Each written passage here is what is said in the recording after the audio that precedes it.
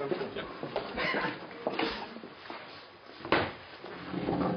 là.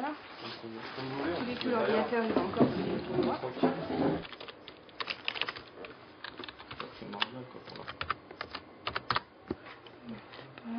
La plateforme informatique, c'est un endroit sur Internet où on va, on a chacun des codes d'entrée, nos noms.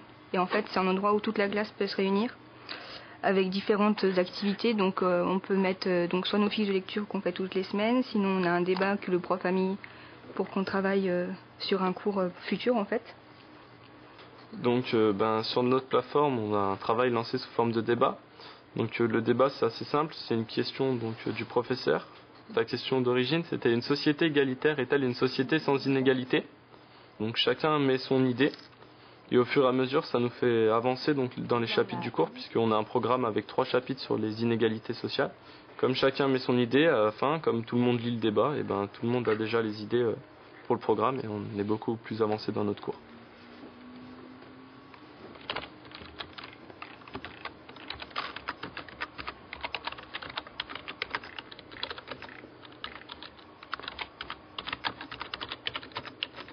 C'est un article sur les ZEP, tu sais, les zones d'éducation prioritaire pour les inégalités scolaires entre les élèves.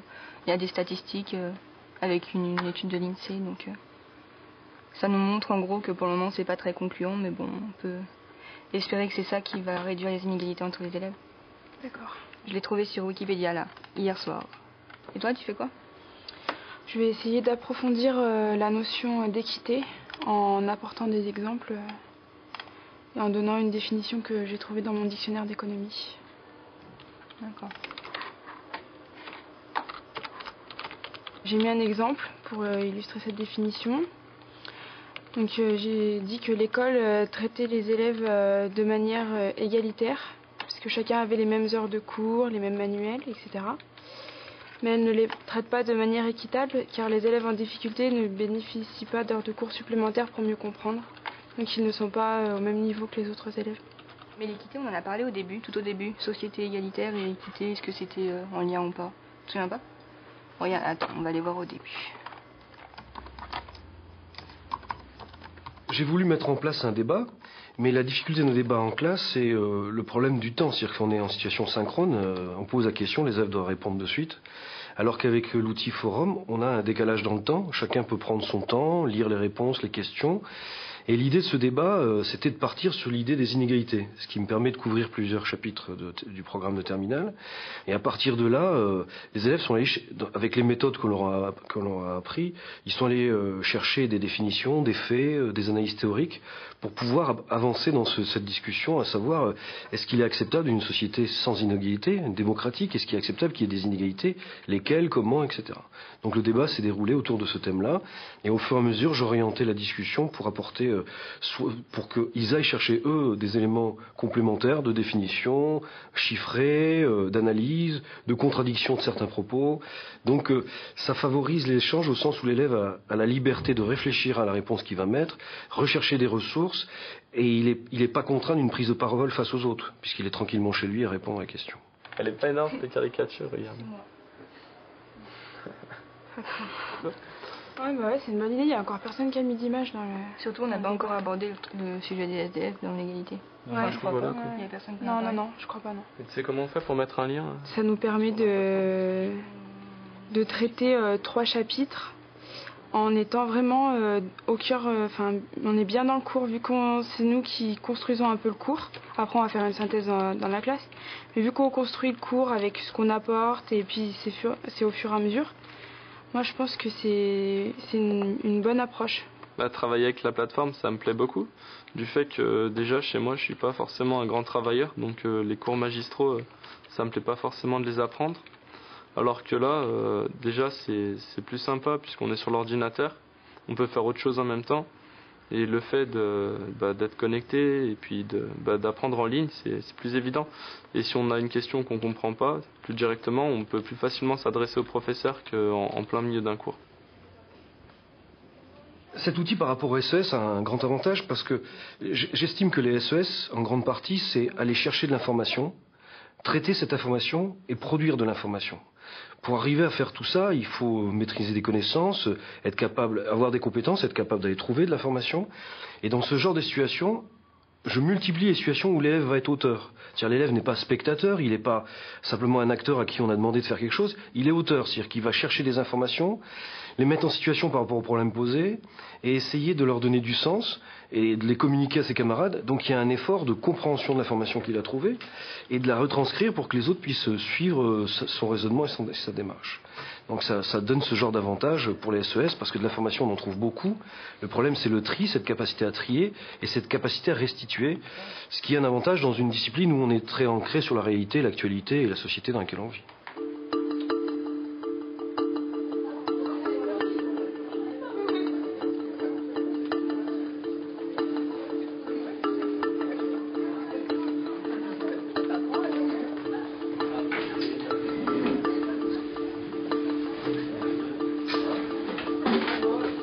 Bon, comme il était prévu, synthèse du débat, donc on va lancer l'activité.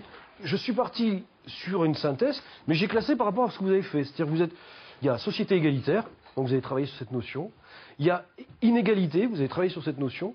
Et ensuite, quand vous avez interrogé le cœur du sujet, vous êtes arrivé à vous demander...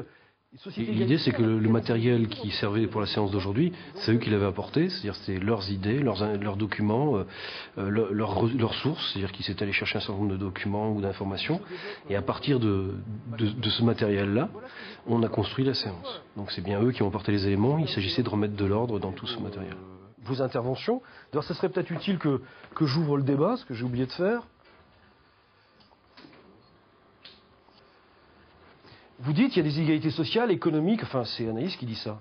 Et elle prend l'exemple de l'inégalité des chances, qui est un sujet qui est revenu souvent dans le débat, à savoir un élève privilégié qui aura un soutien scolaire, et contrairement à d'autres qui n'auront pas les moyens, ça crée un décalage de réussite, et ça crée une inégalité. Okay, bon. Pour définir l'inégalité, il y avait le problème avec la différence. Est-ce qu'une différence est une inégalité? Est-ce que vous seriez capable de nous définir différence, inégalité, c'est quoi la nuance? En fait, une inégalité, c'est plutôt comme on nous traite. Donc on va être inégal par rapport à comment on va être accepté en fait, dans la société, comment on va être traité. Une différence, c'est les gens ils sont différents, ils ont les yeux bleus, les yeux verts. À partir du moment où on met en place un débat, où on va chercher des informations, où on confronte son point de vue avec celui du camarade, où le professeur met l'accent sur certaines définitions ou certains auteurs qui ont traité de la question préalablement, progressivement, ils se rendent compte de l'enjeu théorique, scientifique de la question. C'est pas une simple question de débat télévisé où il y a les pour et les contre. Ils construisent un discours et qui repose sur une démarche scientifique. C'est-à-dire qu'ils se rendent compte de l'enjeu social que représente ce type de débat dans une société comme la nôtre. Les femmes sont souvent moins payées. Oui, après on peut essayer de justifier. Voilà, il y a plein de choses, mais ne serait-ce qu'au niveau du salaire, un cadre femme et un cadre homme ne toucheraient pas le même salaire. D'accord, c'est-à-dire à même position dans la société, en termes d'emploi, on va trouver des différences de salaire. Okay. Et là, il y a une inégalité. D'une différence, on aboutit à une inégalité. Au début, on connaît vaguement le sujet et plus on l'étudie et plus on se rend compte que en fait, c'est complexe et qu'il faut vraiment étudier en profondeur pour connaître le sujet. Et les inégalités. Donc. Un peu comme disait Coluche, vaut mieux être riche et bien portant que pauvre et malade. Bon. On a un peu concrétisé ce qu'on savait déjà. Là maintenant, on a vraiment des bases sur lesquelles se reposer. Et c'est vrai que dans un débat qu'on pourrait avoir avec n'importe qui, et en général souvent avec nos parents, maintenant on a vraiment des bases qui sont scientifiques parce qu'on a des chiffres et des bases de sociologues. Voilà, maintenant c'est vraiment du concret pour nous. Eddy avait dit dans le débat, on est tous d'accord, la société égalitaire, ça veut rien dire. C'est pas la bonne question.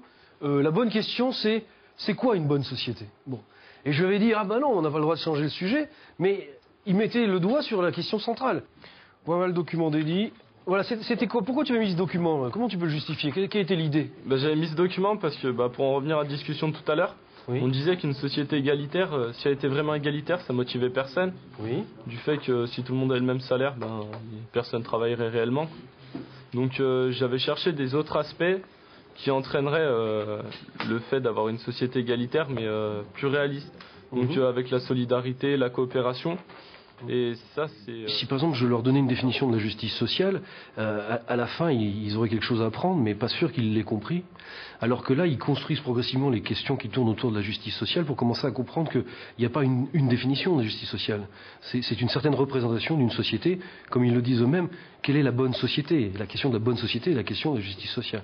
Donc le fait qu'ils réfléchissent à ces questions, ça apporte une maîtrise de la notion plutôt qu'un cours qui transmettrait cette notion. Voilà. C'est l'intérêt que j'ai trouvé dans une démarche comme celle-là. Ce que dit Domitis, il semblerait donc qu'on intervienne, qu'on fasse quelque chose, qu'on corrige. Donc il va falloir qu'on regarde...